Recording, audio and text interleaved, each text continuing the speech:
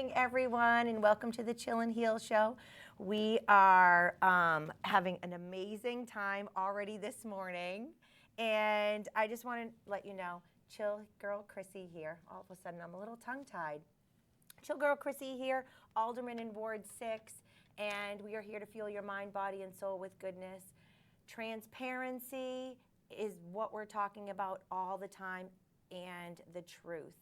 And to me, this segment is really, really important because transparency for education is so important and hasn't been happening for a long, long time.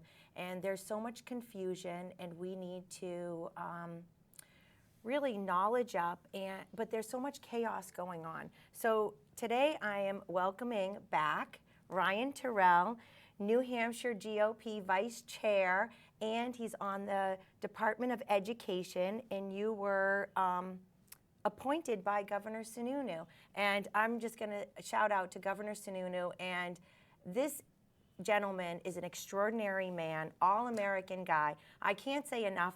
I'm like always blown away because your knowledge is really unbelievable, and you always level me up. And welcome, Ryan. And thank you for all you do. And there's so much that you do. Can you share a little bit about who you are? Sure. And if you ever hear him speak, you've got to go and hear him speak. He's unbelievable. He cares. His mom is a hairdresser, a shop owner, and he loves people. He loves America, and he's standing up and doing what's right, and he's helping to educate all of us, because with all the confusion of trying to make a difference, it's a lot, don't you think? Yeah, so I appreciate you having me on your show again. And yeah, so I serve on the State Board of Education. The State Board is a 7-member board that is nominated by governors and voted on by the Executive Council. They represent each one of the Executive Council district, and we have 2 at-large seats. I've been on the board since 2020, like you said, when I was nominated by Governor Sununu and voted on. And the board really has a number of duties. It approves charter schools. It also weighs in on some of the rulemaking following legislative agendas with the education. And really, it really does make sure that we have a high quality education system in the state of New Hampshire. So I see a lot on the State Board of the Education, and it really has emboldened my passion that I have for education even further, because as you said, there's a lot of things happening. There's a lot of good, but there's also a lot of things that I think people should be aware of and rightfully are concerned about. Also, as you mentioned, I'm the NHGOV Vice Chair. I've been there since the beginning of this year. And really that effort is to make sure that we begin to elect more Republicans. As a lot of people know, we hang on to very thin majorities in this state between Republicans and Democrats. And so far, Republicans are the only party that's really begging for transparency and high quality education. And so this is a very salient issue that you're going to be hearing talked about all the way into November, into elections. Probably longer than that, to be honest with you. So I'm passionate about what we're talking about today and excited to talk to you about it. I love it. And so you told me earlier that there's an article in the Union Leader. Yes. Can you share a little bit about that? Yeah, of course. So there's an article in this morning's Union Leader where I talk about SB 219, that's the Students First Act, and it's being considered and heard over public hearing in the Senate today. And the reason why that's important is because essentially that act was calling for school districts to post how much they spend from school budgets on non-educator and non-learning related expenses. So as many people who have seen some of the other articles or follow school budget spending or that whole conversation about school spending, a lot of people realize that some of the school spending, in fact, most of the school spending, goes towards non-learning related resources, particularly administrative salaries. And so the op-ed that I talked about today, that I wrote today and that was posted today, really talks about the need to keep the parameters in the act that requires school districts to report the amount of salary that they're paying these administrative positions.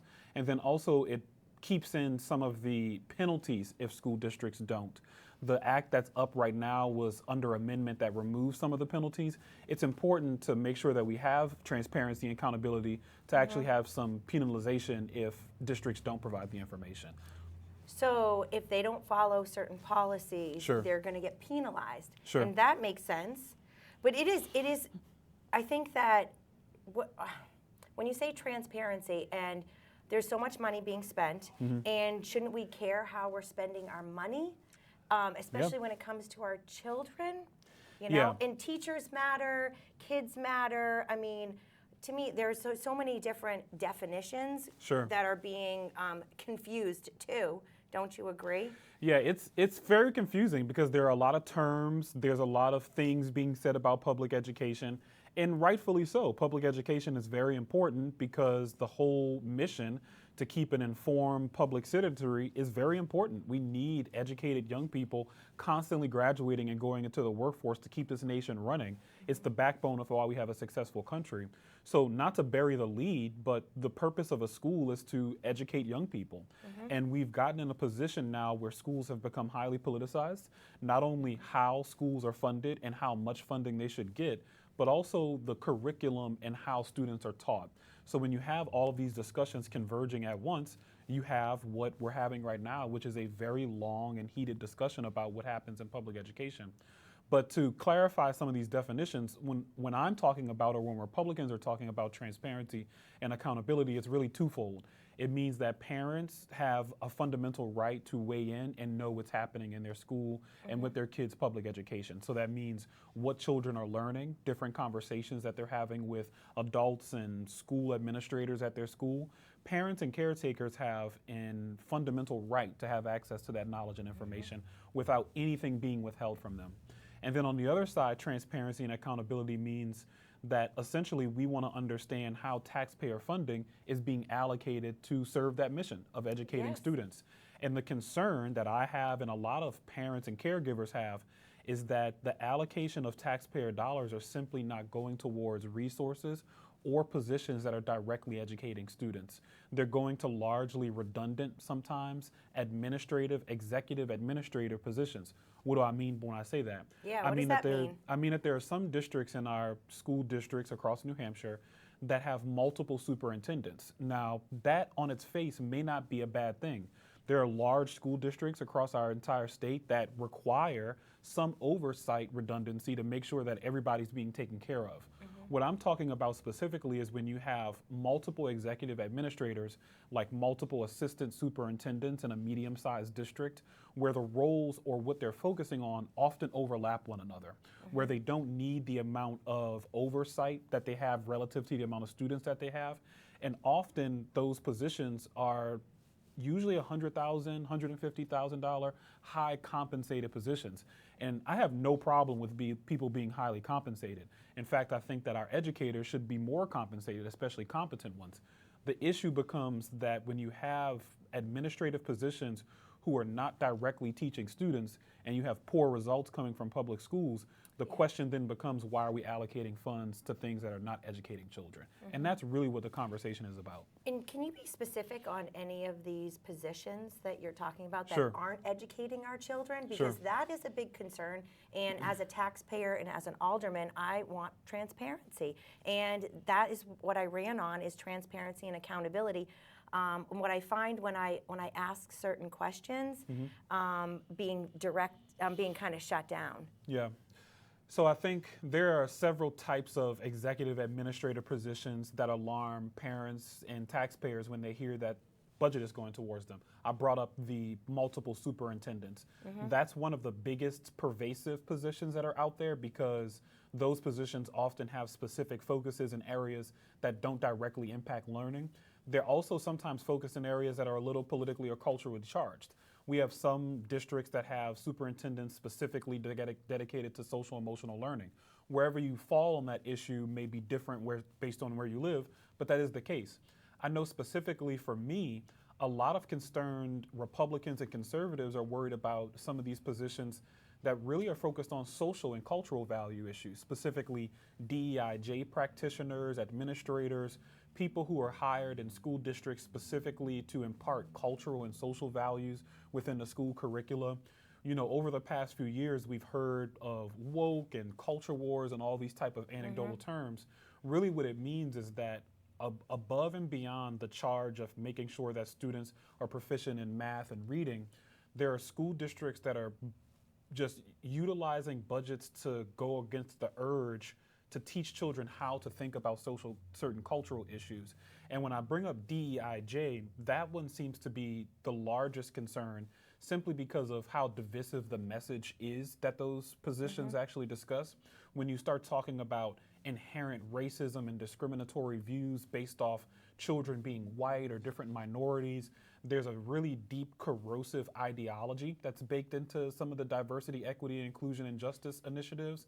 And so when people find out that not only that that's being taught to their children, sometimes against their will, but also how much those positions are being compensated relative to the teachers who are actually teaching English language arts, reading comprehension, that's what's really driving a sticking point for most people. So the DEI positions are getting paid more than an English teacher or someone? Often, yes, because those are executive administrative positions. So now what you're looking at is often a district level position, either a chief diversity equity officer or a chief diversity officer. There's a chief equity officer in Manchester that's very well compensated. And so sometimes these positions are compensated through private or nonprofit funding. And so it's funded in a way that doesn't directly impact the taxpayer. In the worst case, it is directly funded via school budgets, then it impacts the taxpayer. Either way, the problem with it is that not only is the material divisive, and depending on your political lines, some people see what's being taught and they appreciate that type of messaging. But most people see it as divisive. And in fact, when you have a state like New Hampshire that's a primarily white state, which there's nothing wrong with that, there's nothing wrong with being any race, when you hear the message that's being taught that white people are inherently racist, or that being a Black American or a Spanish American or any minority, or frankly even a woman, is inherently going to set you back in life, and that there is a systemic patriarchy and systemic oppression, that is dangerous messaging for malleable young minds that need to hear positive messaging about the opportunity. We need positive messaging for our children. So and for it's each concerning. of us. It's concerning that most taxpayers are concerned that not only are they teaching messaging that's corrosive to their students and their children's minds, not only are there efforts that are trying to shield material that's being shown to their students, but then they're paying for it. And often they're paying a lot of money for it. And that's the insanity here is we are paying for it. Yeah, correct. And then there's no transparency on what they're really educating our children on? Not only educating, but also discussing. You know, there was a big dispute last legislative session about parental rights. And, you know, different political parties and special interest groups were able to spin that issue to make it seem like we were trying to, when I say we, Republicans, conservatives, parents, caretakers, the issue was spun to make it seem as if it was targeting against LGBTQ identifying students, when in fact, really what was happening is there are school districts, Manchester being one, Nashua being others, and I bring up Manchester because it often is a microcosm of a lot of what's happening across the state, but frankly, this is happening in most districts throughout the state, where parents and caretakers can drop off their children at school and quite literally not know if their children have a different gender expression or ideology that they're being taught. They don't know if the school is providing to them a change of clothing or calling them a different name. And even upon requesting information about those types of conversations, some school districts' official policy is to withhold that information from caretakers and parents. And so when people are asking for accountability and transparency and they're rightfully frustrated, it's not just about simple, what is my child reading, what do they have access to, which is very valid. It literally is about, in some districts, you can specifically ask school administrators information and they withhold it from you out of cultural beliefs and different ideological beliefs. So they can not tell a parent if the child is deciding if they are a boy or a girl, a different gender? If you are a parent in the Manchester School District or in several school districts across the state, what it means to you in practice is that if your child has a different name, a different gender expression, wants to wear different clothing, wants to be called something different by his classmates or anybody else around them, that the school district policies basically require anybody who knows that that child would like to go by a different expression to specifically withhold that information from parents and caretakers. The belief of which is that by sharing the information that the child is going by a different gender expression and so on with parents and caretakers, that it's forcibly outing the gender expression of that child to the parent and caretaker, thus creating some type of friction and creating some type of friction with the child. The problem with that is that parents and caretakers have the ultimate responsibility and fundamental right to information for their children, and children under 18 lack informed consent. And so shielding that information from parents and caretakers is literally just creating a block between the flow of information that parents should have to their school, and it's just creating a non-trust that it wasn't there when I used to be in school, or I think several other people even younger than me used to be in school. I still am floored. It's a lot. I'm still floored. So if, all right, say I'm back in elementary school, and I was actually a tomboy when I was a kid. Sure. I wanted to wear my Levi's, my Barracuda jacket. We're talking 1970s. And yeah, I wanted to play soccer with the boys. So if I decided to be, I don't know, Christopher, the teachers wouldn't have to tell my parents that I was changing my name. And no, so you're very right. Where if you were that's so confusing, because aren't we all figuring out who we are? Even now, it's our style, it's our vibe. Sure. You know, we're finding out what our gifts are, and no one. I think that's why I've always loved hairdressing and being a stylist and being in the world of, you know, it's your style, it's your vibe, it's your expression, it's how we communicate. You know, who we are. It doesn't. Science is science. I mean. Yeah. It's what you're expressing is rational, because unfortunately what's being talked about to these young people is pseudoscientific. I'm from New Orleans, Louisiana. I grew up seeing men and women express themselves in all kinds of ways, shapes, and forms, and I was never offended by it. I've always been open to different lifestyles and shapes and walks. Me too. Unfortunately, we're in a time where we're far past acceptance of a lifestyle. We're in a phase that these groups are looking for changing what science actually tells us is true in pseudoscience. And it's unfortunate, because I'd actually argue that they're actually going backwards on the progress made for LGBTQ identifying populations, because now they're making otherwise respectful people very hard to digest these different lifestyle decisions, because they're forcing them to be imparted on young children. And in fact, they're making just blatantly false statements, like saying that men can deliver children and have pregnant and be pregnant. Oh, and they can chest feed? And so that's where this idea that we can respect one another's lifestyle really starts to abut with special interest groups taking an inch and going a mile, because it's just too much to force that onto young people. And then again, what the topic of our discussion is, willfully withhold that information from parents asking for the information. So in your example, yes, if you were dropped off and you wanted to be called Christopher, and you wanted a change of clothes, and you wanted chest binders, and you wanted a different ID, and you wanted to paint on a mustache, most school districts in this state and across the country would not only allow you to do it and potentially provide you the chest binders, but when asked specifically from your parents or caretakers, if anything is happening along those lines, their official policy is to specifically tell you no, to lie to you. And lying is the worst thing we can be doing. I mean, I this agree. is insanity. And so as a mother, as a grandmother, I've always told my daughters is, you know, the stranger danger? Yes, you know, yes. stranger danger. And what I said is, a stranger is someone that is telling you not to tell your parents.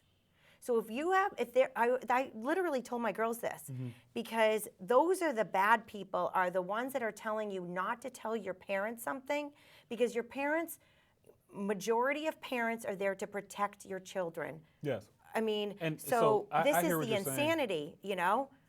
No, I agree with you. And I jumped in because I always add parents and caretakers. I love that. Unfortunately, not every child is coming from a household or family situation where they're with their biological parents. Yeah. And so I always add in parents and caretakers, because it essentially means whoever is taking care of these children, whoever the responsible adult in these children's lives are, that's who we're talking about. Yes. And the issue becomes that people ultimately just want to be good people, and they ultimately want to get along with everybody. And I think that there is a weaponization of compassion that's happening in our country. Thank you for stating that. Where basically, because we all want to be good people, we don't want to ruffle feathers. What's happening is special interest groups are utilizing that to move forward their interest. And unfortunately, with this situation with young children, it's just so detrimental because we see the harmful impacts of it. You brought up actually something that's very interesting, where children who otherwise would have been maybe lesbian or just gone through a phase where they were a little rough around the edges or whatever, they kind of worked themselves out of it. Because of this harmful gender ideology that's in these schools, they are permanently impacting their bodies and minds in ways that eventually puberty would have worked out for them. And there's a lot of scientific evidence going towards the regret that people who go through transition surgeries happen afterwards. And it's a lot of evidence that shows the height of feeling with these young people around gender conformity and expression does not mean the depth of feeling. So just because a young person is going through a phase where they so vehemently feel like they're in the wrong gender or in the wrong body, it does not mean like they'll feel like that forever. But chemical castration is forever. These gender mutilating surgeries are forever.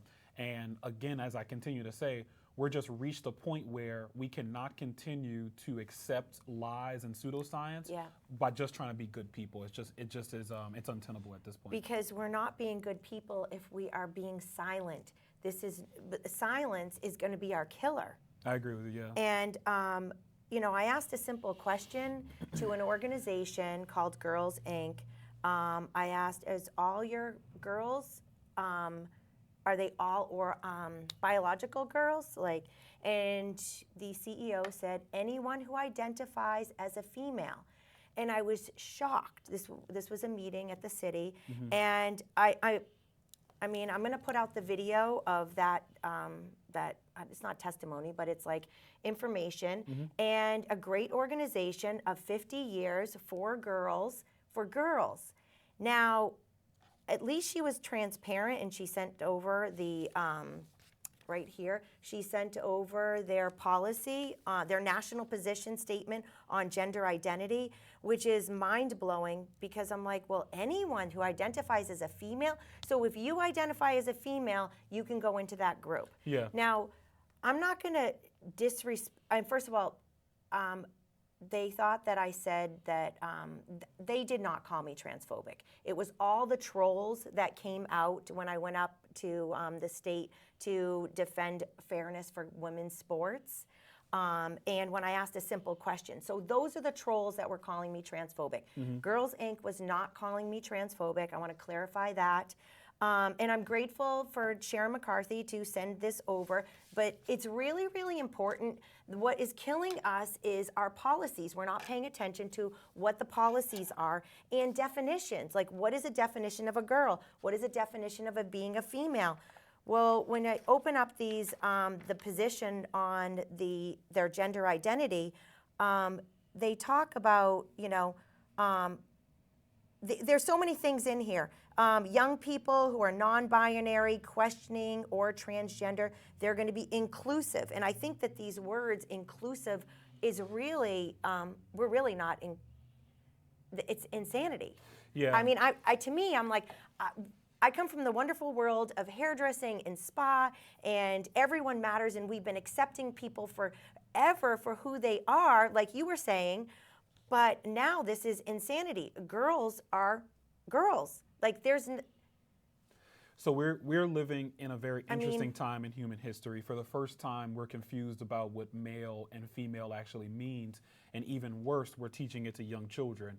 So in these types of situations, you never know who to blame. Yeah. But the result of all of this is that when the problems arise with traditional definitions, what I'm finding is that institutions are just changing the definitions. And so now it's no longer about you can't even point to what's being defined as a term, because when you do that oftentimes, you'll find that the term has changed. And so if you look at some terms from dictionaries in 2000 or 1995, they look and sound very different to the definitions here. And a little bit of that is natural. Words change meaning, cultural meanings, and so on. But goodness. This one represents a deep ideological shift that moves forward primarily from what I'm saying through weaponized compassion. Unfortunately, Weaponized compassion. yeah, unfortunately, Unbelievable. weaponized compassion, and I haven't heard people, this is not like a scholarly concept, this is me just kind of seeing You're something breaking it down anecdotal. and simplifying it because they're just trying to confuse us. Yeah. And that's why I appreciate you so much, Ryan, Oh, and thank fighting you. the good fight. Unbelievable, all-American, just you. great guy. Yeah, the weaponized Thank you. compassion is really dangerous because essentially all of us want to be good people. That's what I Yeah. believe about Yes. most people. And when you get people to feel like they're being a bad person or feel like they're not being inclusive or feel like they're leaving people out, that's naturally going to get most people to accept whatever thing that makes them feel like they're being accepted. Unfortunately, we're living in a time that the status quo is pseudoscience, and it comes with this. Unfortunately, accepting that men can get pregnant and that girls can be identified as men who are in woman face, that is just the public position now. And unfortunately, until we correct some of that or at least cast out people that have those beliefs, we'll continue to be in this awkward position. Well, I just want to thank you for coming on and thank you for your wealth of knowledge, Thank you. extreme wealth of knowledge. And, you know, I'm like, I didn't go to college, but for me, it's about experience, it's about loving people, it's about doing what's right. And we are smart. It's just everyone is smart in their own way. And what is not nice is when fellow aldermen call out, can you share that, Brendan? I know it's just a quick spit.